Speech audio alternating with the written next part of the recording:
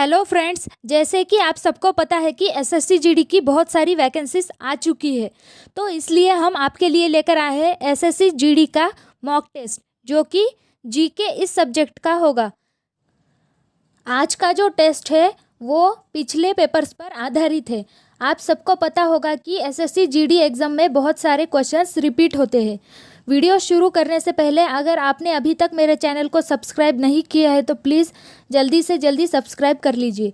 SSC GD के mock test के साथ साथ हम डेली 5 करंट अफेयर्स के क्वेश्चंस भी सॉल्व करेंगे। आज का हमारा पहला सवाल है करंट अफेयर्स का।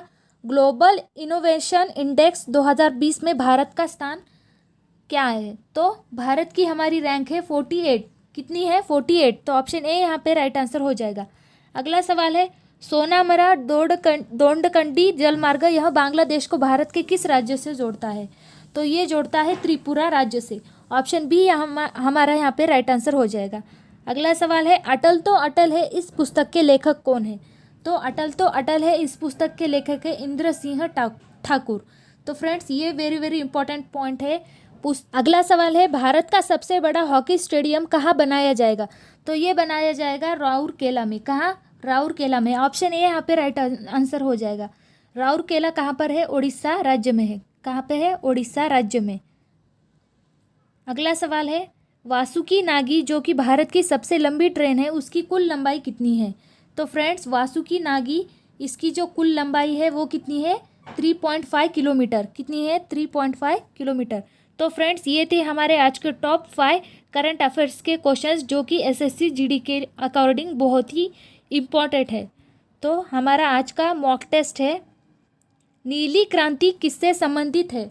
तो नीली क्रांति जो है ये मत्स्य उत्पादन से संबंधित है। नीली क्रांति के जनक कौन है? डॉक्टर हीरालाल चौधरी और अरुण चौधरी। ये पॉइंट भी आप नोट डाउन कर लीजिए। अगला क्वेश्चन है भारतीय रेगिस्तान किसके पश्चिमी क्षेत्र में बसा हुआ है? तो भारत का जो रेगिस्तान है ये अरावली की पहाड़ी के पश्चिमी क्षेत्र में बसा हुआ है। और ये जो अरावली पहाड़ी है ये विश्व की सबसे पुरानी पहाड़ियाँ मानी जाती है। नेक्स्ट क्वेश्चन है सर्वश्रेष्ठ अभिनेत्री के लिए 2018 के राष्ट्रीय फिल्म पुरस्कार से किसे सम्मानित किया गया? तो ये सम्मानित किया गया है श्रीदेवी को। ऑप्शन सी हमारा यहाँ पे राइट आंसर हो जाएगा। अगला सवाल है भारतीय रिजर्व बैंक के गवर्नर कौन थे जिन्होंने दिसंबर 2018 में अपना इस्तीफा सौंप दिया था? तो ये थे कौन थे? उर्जित पटेल। ऑप्शन ए यहाँ पे राइट आंसर हो जाएगा। भारतीय रिजर्व बैंक की स्थापना कब हुई थी? 1935 में हुई थी। और इसके जो पहले गवर्नर थे वो कौन थे? Osborne Smith. कौन थे? Osborne Smith. ये पॉइंट भी आप नोट डाउन कर लीजिए। अगला सवाल है भारत की पहली महिला मुख्य चुनाव आयुक्त कौन थी? तो ये थी रमा देवी। कौन थी? रमा देवी। ऑप्शन सी यहाँ पे राइट आंसर हो जाएगा। भारत के अभी के मुख्य चुनाव आयुक्त कौन है? ये है सुशील चंद्र। कौन है? सुशील चंद्र। अभी फिलहाल के है ये पॉइंट भी आप याद रखिएगा, सुशील चंद्रा। नेक्स्ट क्वेश्चन है किसी विशेष निर्णय या कानून को रोकने के लिए किसी व्यक्ति, पार्टी या राष्ट्र के अधिकार को क्या कहा जाता है? तो फ्रेंड्स, इसे कहा जाता है वीटो।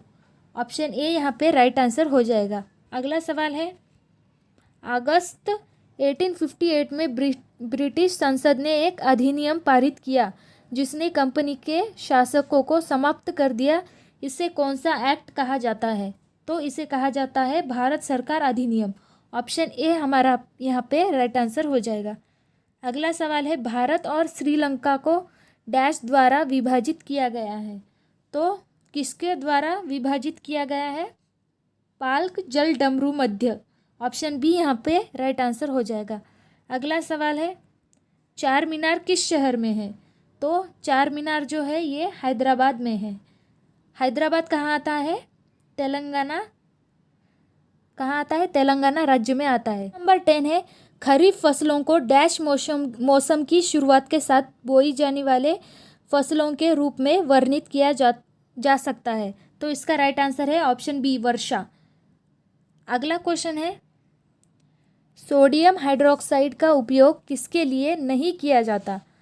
तो इसका उपयोग आचार परिरक्षित करने के लिए नहीं किया जाता। धातु की चिकनाई हटाने के लिए किया जाता है, अखबार बनाने के लिए किया जाता है, साबुन बनाने के लिए किया जाता है। तो हमारा ऑप्शन यहाँ पे बी राइट आंसर हो जाएगा। अगला सवाल है, किस पाकिस्तानी जनरल ने वर्ष 1999 में अपने देश में सैन्य शासन लागू किया था? तो ये किया था परवेज मुशर्रफ ने। ऑप्शन डी यहाँ पे राइट आंसर हो जाएगा, परवेज मुशर्रफ। अगला सवाल है, सबसे बड़ा नदी द्वीप माजुली निम्नलिखित में से किस नदी पर है? तो ये है ब्रह्मपुत्रा नदी पर, और ये कहाँ है? आसाम में, आसाम राज्य में है। ये पॉइंट भी आप याद रखिएगा। अगला सवाल है, बनारस हिंदू विश्वविद्यालय की स्थापना किसने की थी? तो इसकी जो स्थापना की थी वो की थी पंडित मदन मोहन मालवीय ने की थी। और कब की थी? 22 अप्रैल 1969 में की थी। 22 अप्रैल 1969 में की थी। अगला क्वेश्चन है, अगला सवाल है, निम्न में से कौन परिसंचरण प्रणाली का हिस्सा नहीं है? तो धमनियाँ हैं, शिराएँ हैं, कोशिका है, विल्ली नहीं है। तो हमारा राइट आंसर हो जाएगा ऑप्शन डी, विल्ली। नेक्स्ट सवाल है, एजी एक महंगी नरम सफ़ेद और चमकदार धातु है जिसे आमतौर पर डैश के रूप में जाना जाता है। तो एजी को आमतौर पर किस रूप में जाना जाता है? चांदी। ऑप्शन ए यहाँ पे करेक्ट आंसर हो जाएगा। अगला सवाल है, कथकली की जड़ें किस राज्य में है? तो ये है केरला में। कर्नाटक का शास्त्रीय नृत्य कौन सा है? यक्षगान। तमिलनाडु का भरतनाट्यम। और आंध्र प्रदेश का कुचिपुड़ी। कहाँ क्या है? कुचिपुड़ी। तमिलनाडु भरतनाट्यम,